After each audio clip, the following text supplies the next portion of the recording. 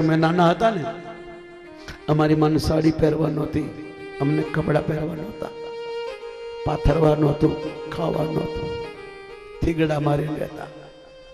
મારી માં કહેતી, ડોંગરેજી બાપા કહેતા, મારા ગુરુદેવ કહેતા, હવે શાસ્ત્રમાં સાંભળ્યું કે કપડા ફાડી ચાલશે, સંસ્કાર ફાટી જાય ને તો નહીં ચાલે. તમને સંસ્કાર કોઈ નહીં આપે. સંસ્કાર શાસ્ત્રોથી મળશે, કથાથી મળશે, દુનિયાથી, રૂપિયાથી, કપડાથી, દુકાનથી, યાત્રાથી, ડાયરાથી નહીં મળે. સંસ્કાર કોઈ શાસ્ત્ર પાસે. આ શાસ્ત્રો સંતોએ લખ્યા, એટલે સંતો યા તો શાસ્ત્ર. પણ અત્યારે સંતોને ઓળખવા કઠણ છે, પછી પસ્તાવું પડે, એટલે શાસ્ત્રનો આધાર લ્યો. ગુરુ કોને કહેવો, ગુરુ કોને કરવો, કઠણ છે. એટલે ગુરુ હનુમાનને માનો. હનુમાનને કહેવાનું કૃપા કરો. તમે કહેશો ને હનુમાનજીને કૃપા કરો, એટલે હનુમાનજી પૂછે કેવી કૃપા કરું, ભાઈ જેવી કે ના? ના પાડજો. તમને હનુમાનજી પૂછે ને, તમે કહેજો જય જય જય હનુમાન ગુસાઈ કૃપા કરો. કૃપા કરો બોલશે એટલે તરત હનુમાનજી મોઢા આડો હાથ રાખીએ. પહેલા બધા કોના જેવી કૃપા કરું, ભાઈ જેવી કે ના, ભાભી જેવી કે ના, બંને જેવી કે એ તો નહીં જ, બંને જેવી નહીં તો હાળા જેવી કે ના, હાળી જેવી કે ના, સાસુ જેવી કે એ તો નહીં જ, માં જેવી કે ના, બાપ જેવી કે ના, કોના જેવી? કૃપા કરો ગુરુ દેવકીના. હે હનુમાન કૃપા કરો, આ માગજો. જય જય જય હનુમાન ગુસાઈ, જય જય જય હનુમાન ગુસાઈ. ઓ કૃપા કરો ગુરુ દેવકીના, કૃપા કરો ગુરુ દેવકીના.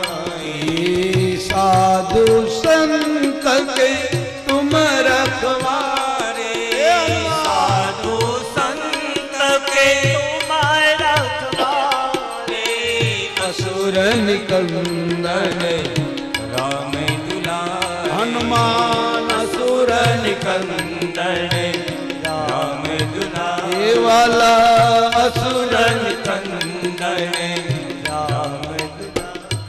તમે સાધુ સંતોની રક્ષા કરો છો એટલે અમને સાધુઓનો સંગ આપજો, સંતોનો સંગ, વિદ્વાનોનો નહીં, કથાકારોનો નહીં, કલાકારોનો નહીં, એની પાસે બેહાય. પણ સંગ ભગવાન શંકરને માં પાર્વતી પૂછે આ જગતમાં સારામાં સારું મોટા મોટું સુખ કયું? તો મહાદેવને કહેવું પડ્યું સંત મિલન સમ સુખ જગના. હે ભવાની સંત મિલન નાહી દરિદ્ર સમ દુઃખ જગ માહી, નાહી દરિદ્ર મહાદેવ બોલ્યા દુઃખ જગ માહી. ઓ સંત મિલન સમ સુખ જગના. હે પાર્વતી સંત મિલન, હે ભવાની સુખ જગના. હે સંત મિલન સમ સુખ જગના. સંત મિલન સમ સોહે જગના. ગમે એટલો વિદ્વાન હોય, મોટો મહાન હોય, મોટો કથાકાર હોય, એનું સન્માન કરાય. પૂજા તો સંતોની થાય, સંતોનો સંગ. શંકર ભગવાન કે એટલે મહાદેવે મા પાર્વતીને તમને મને બતાવ્યું કે હું પણ સંતોનો સંગમાં જાઉં છું. ભગવાન શંકર એક સાધુ પાસે, એક સંત પાસે આ કથા સાંભળવા લઈ ગયા. ન તો સ્વયં ભોળોનાથ કથાકાર છે. જ્યારે શંકર કથા કરવા બેહે ત્યારે પહેલા સનકાદી આવે, નારદ આવે અને શિવજી પાસેથી સાંભળી સાંભળીને તમને મને સંભળાવે. આ જેટલા કથાકારો, આ કલાકારો છે ને, આ બધા વ્યાસનું હેઠું જ બોલે. વ્યાસમ ઉષ્ટિતમ તેષામ. કોઈ કોઈના ઘરનું બોલતું નથી. યાદ રાખજો. એટલા માટે હનુમાનજીએ કીધું માં મારું મોઢું જોવા જેવું નથી. કથાકાર કેવો છે એ ન જુઓ, કથા કોની કરે એ જુઓ. લંકામાં વાંચો તમે. હે પાર્વતી સંતોનો સંગ કરો.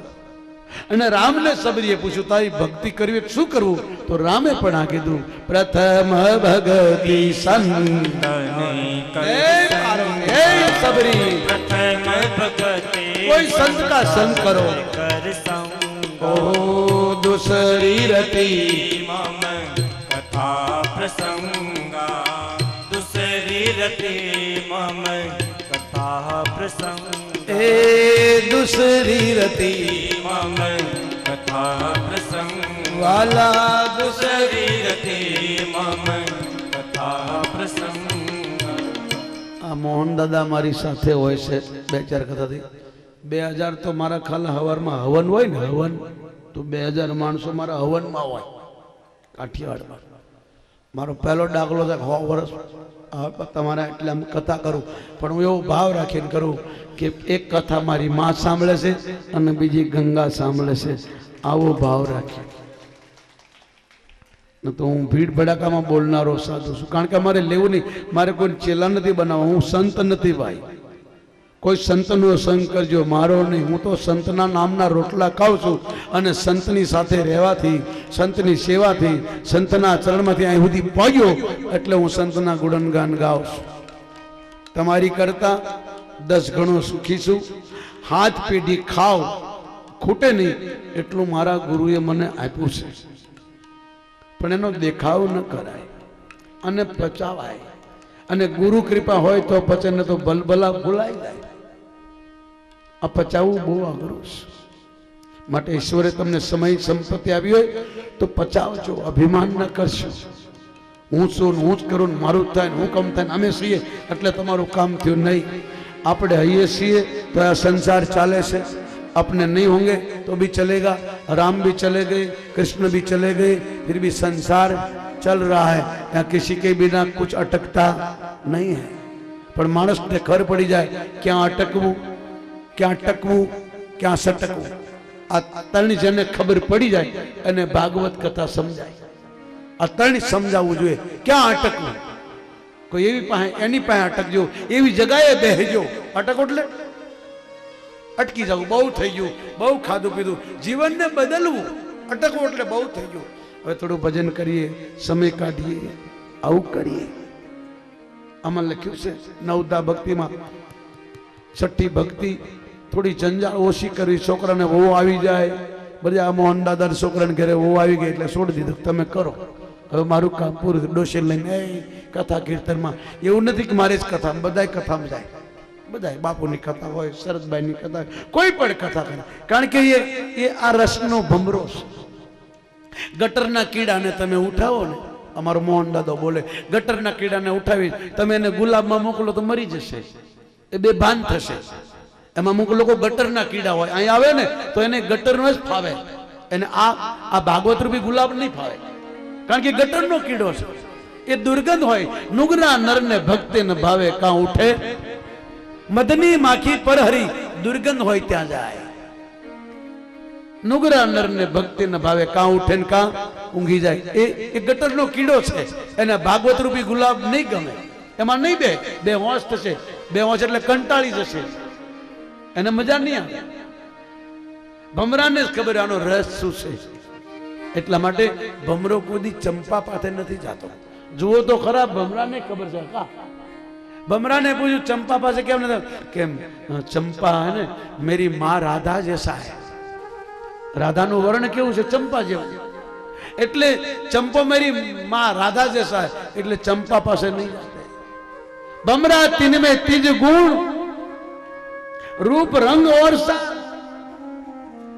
इसलिए भमर ना आवे तेरे पास बमरा ने खबर से मारी माँ राधा राधा जेवुं जो वांदराओ छे ने सीताफळ नहीं खाय रामफल खाशे वांदरू कोई फल न मूके आ पोथी पर मूकी दो सीताफल नहीं अडे रामफल खाशे एम सीताजी ना लग्न थया त्यारे ज्यारे सीताजी ने दहेज में हाथी घोड़ा आप्या ए अयोध्या नो घास नता खाता मरवा पड्या पछी सेवकोए कीधुं महाराज आ कई आ हाथी घोड़ा खाता नथी પછી वशिष्ठ ने पूछू એટલે કીધું કે હાથી ભલે જાનવર્યા પણ जानकी को सीता को अपनी बेटी मानते इसलिए खाते नहीं કાઠિયાવાડની તો મને ખબર નથી કાઠિયાવાડમાં જન્મો છતાં પણ હું જ્યાં રહું છું ને પાલનપુર ત્યાં આજ પણ દીકરીના ઘરનું પાણી નથી પીતા અને હું પણ મારા મંદિરમાં દીકરીઓ નાની થઈ મોટી થઈ એના ઘરે ભજન સત્સંગ તો હું પણ પીતો નથી કંઈક આપીને આવું કારણ કે એ જગ્યાએ રહું છું ને અમારા ગુજરાતમાં જ્યાં હું રહું છું અને બનાસકાંઠા કે ત્યાં દીકરીનો રૂપિયો લે ને મોહન દાદા, દીકરીને ઘરનું પાણી ન પીવે, દીકરી વેચવાની મનાય છે, દીકરીનું દાન થાય છે. અને યાદ રાખજો, દીકરી જેવું આ જગતમાં કોઈ મહાન નથી. તમારો બાપ બીમાર પડ્યો હોય, 4 છોકરાઓનું બહુ ગમે એટલી સેવા કરતા હોય, ખાટલે ઊભો નતો પણ એમ કહો ને કે જો બાપા બેન આવી તો અડધો ઊભો થઈ, મારો હાવજ આવ્યો, મારો એની અડધી બીમારી જતી રહે મારી પાસે. આ હું નથી કહેતો, ભાગવત કહે છે. એક કણો નામનો ઋષિ એક દીકરી જંગલમાં મળી મોટી કરી, જેનું નામ પડ્યું શકુંતલા. અને જ્યારે વળાવી ત્યારે બાપ રડી પડ્યો, રાજાના પગ પકડ્યા, આ છોકરી મને જંગલમાંથી મળી, આ દીકરીને મેં પાળી છે, આનો બાપ છું. અને એ શકુંતલા સસરાલમાં ગઈ, પણ એને કોઈ કીધું. અને શકુંતલાને જ્યારે રાજાએ મેણું માર્યું દુષ્યંતે કે આ છોકરો મારો નથી, આવા ઘણા કોડા બોલતા હોય ને, આ દુષ્યંતે કીધું કે આ છોકરો મારો નથી, ત્યારે શકુંતલા કીધું તું મારો પતિ બનવાને લાયક નથી. પણ એ શકુંતલાએ કીધું હું સતી હોય તો મારી સાક્ષી પૂરો. આકાશવાણી થઈ કે આ ભરત તારો છોકરો છે, જેના પરથી ભારત દેશ નામ પડ્યું. કારણ કે એક ઋષિની પ્રસાદ કણોએ એ ભરતને સંસ્કાર આપ્યા હતા. અને છતાં આકાશવાણી થઈ, પણ શકુંતલા રહી નહીં, ન રહી. પણ કોઈએ કીધું બેટી આટલી બધી ઉગ્ર બની ગઈ, શકુંતલા ચંડી બની ગઈ. પણ જ્યારે કોઈ કીધું કે બેટી તને ખબર છે તાર પિતાજીને શું થયું, ત્યાં તો ઢગલો થઈ ગઈ. દુર્ગા બની હતી, પણ એમ થયું કે મારા પિતાજીને શું થયું, ઢીલી પડી ગઈ, ક્રોધ ઉતરી ગયો. ત્યારે કોઈ કીધું કાંઈ કીધું નથી, તને શાંત કરવા માટે કીધું, આ દીકરીનો બરબાદ. ગમે એટલી દીકરીને દુઃખ આપે, પણ કોઈ દીકરીના બાપનો મેણું મારે એટલે દુર્ગા બની જાય. જનકને યાદ કરો, હિમાલય પથ્થર જેવો પથ્થર ઓગળી ગયો. દીકરી બાપનો સંબંધ જેવો કોઈ નહીં. દીકરી એટલે શ્વાસ, આપણે શ્વાસ જ્યાદા ટાઈમ નહીં રખ सकते, નિકાલના પડતા है. એમ દીકરી એટલે શ્વાસ, અને શ્વાસ કોઈ વિશ્વાસ ને હોપવો જ પડે. મારા બાપ દીકરી એટલે શ્વાસ, અને શ્વાસ એટલે કોઈ વિશ્વાસ, કોઈ આપવો પડે અને દાન આપવું પડે. દીકરીનો પૈસો ન લેવાય, દીકરીને વેચાય નહીં, દીકરીનું દાન થાય. હિમાલયે કર્યું, પથ્થરે દીકરીનું દાન કર્યું. મહાદેવના પગ પકડ્યા, પથ્થર ઓગળ્યો.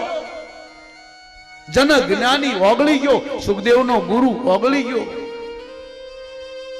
કડવો ઋષિ ઓગળી ગયો. મારા બાપ એ બાપ દીકરી આ ગંગા છે ને, એક ઋષિ બેઠા હતા અને ખોળામાં બેહી ગઈ.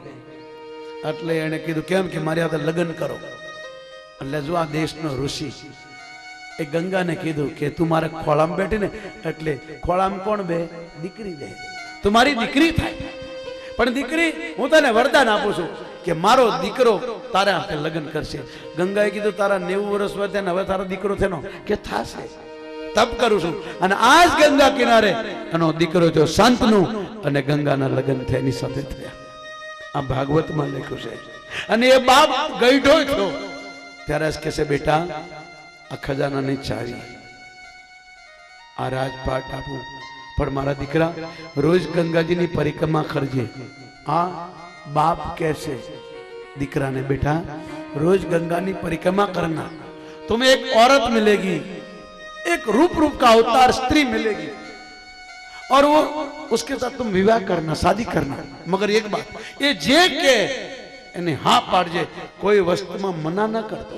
ये जे के एम कहेजे हाँ, एने वचन आपछे. अने दीकरा मारो दीकरो छो ने, तने ये बाय मळशे रूप रूप ना अवतार, ने ते लग्न करजे. बाप दीकरा ने कहेशे અને બેટા રોજ પરિક્રમા કરજે, ક્યારે મળશે નહીં પણ પરિક્રમા કરજે, મળશે. અને ગંગાની પરિક્રમા કરતો કરતો શાંત હવારનો પોર સફેદ કપડામાં ગંગા બહાર આવી. राजन मेरा नाम गंगा है, आप में से विवाह करोगे, शादी करोगे, लग्न करोगे. અને શાંતનુને બાપ યાદ આવ્યો, મારો બાપ કહી હા કરીશ, પણ હું કહું તેમ કરવું પડશે, મારી શરત માનવી પડશે. યાદ આવ્યો મારો બાપ કહેતો હતો હા માનીશ.